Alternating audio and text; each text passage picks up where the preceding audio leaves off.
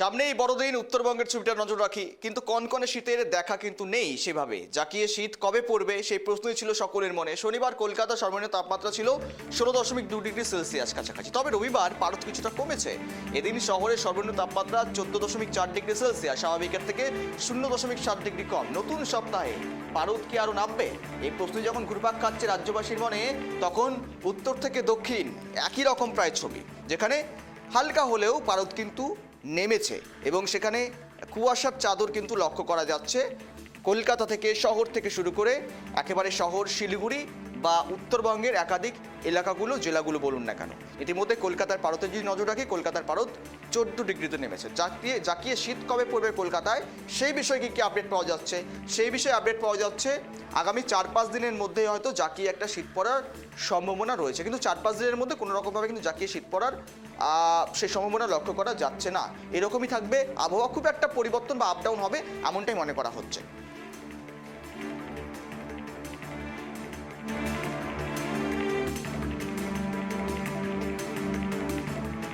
আমরা একটু কথা বলি, আরও আপডেট নেই। ওয়েদার আপডেট কি উঠে আসছে সরাসরি আমাদের আপডেট দেবে, ফোন কলে রয়েছে অংশুমান আমাদের প্রতিনিধি। অংশুমান, দেখো উত্তর থেকে দক্ষিণ একই রকম প্রায় ছবি, যদিও জাকিয়ে শীতটা নেই, কিন্তু কুয়াশা বা ঘন যে কুয়াশা লক্ষ্য করা যাচ্ছে তাতে কিন্তু মনে করা হচ্ছে সামনেই তো রয়েছে বড়দিন, তার আগে একটা আমেজ, এক্সট্রা কোথাও মানুষ কিন্তু আরও কিন্তু একটা আমেজে মাতবে বড়দিনকে কেন্দ্র করে, কারণ এত ঘন একটা কুয়াশা, অন্যদিক থেকে জাকিয়ে সেভাবে শীত পড়েনি।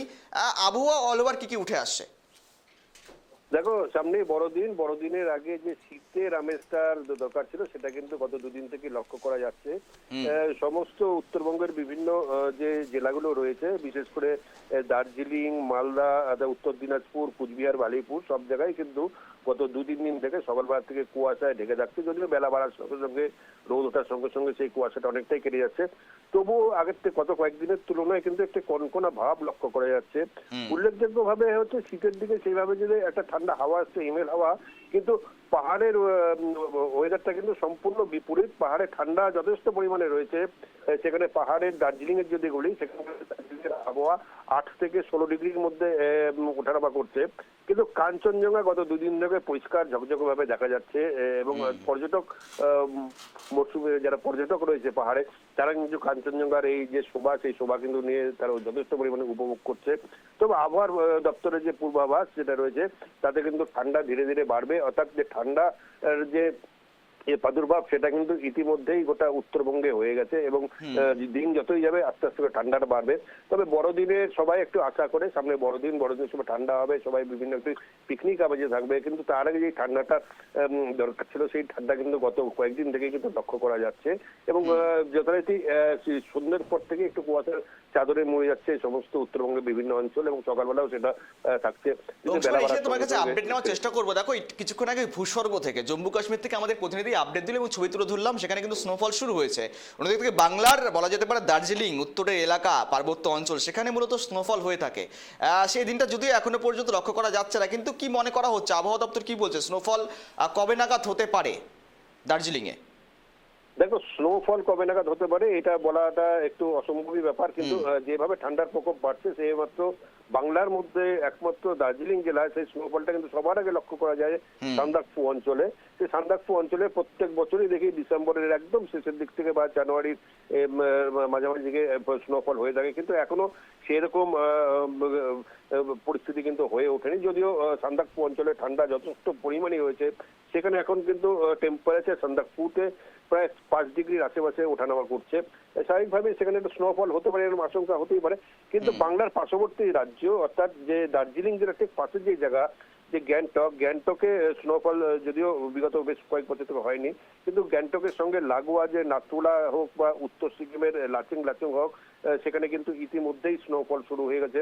ইতিমধ্যে আমরা জানি যেটা এখনো পর্যন্ত এই বছর এই মরশুমেই 3বার মতো স্নোফল শুরু হয়ে গেছে এবং পর্যটকরাও সেখানে আনন্দ উপভোগ করছে। লাচুং অঞ্চল এখনো বিভিন্ন অংশে এখানে কিন্তু সাদা বরফের চাদরে ঢেকে আছে, কিন্তু আমাদের আশা যে বাংলাতে স্নোফল কবে হবে সেটা এখনো নিশ্চিত করে বলা না গেলেও তো স্নোফল হওয়ার যথেষ্ট পরিমাণে সম্ভাবনা রয়েছে, সেটা কিন্তু বলাই যেতে পারে এখানে।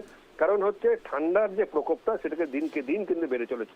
গৌরব, একদম বড়দিনের আমেজ, সামনে যদি স্নোফল না হয় তাহলে হয়তো আমেজটা ঠিক জমে না। অনেক ধন্যবাদ তোমাকে সঙ্গে থাকার জন্য। একেবারেই দেখুন বড়দিনের আমেজ আরও জমজমাট হচ্ছে উত্তর থেকে দক্ষিণ। ইতিমধ্যে কিন্তু যাকে যে শীত সেভাবে না পড়লেও মূলত একটা ঠান্ডা ভাব দুদিন ধরে লক্ষ্য করা যাচ্ছে এবং কনকনে ঠান্ডা কিন্তু আগামীতে পড়তে পারে।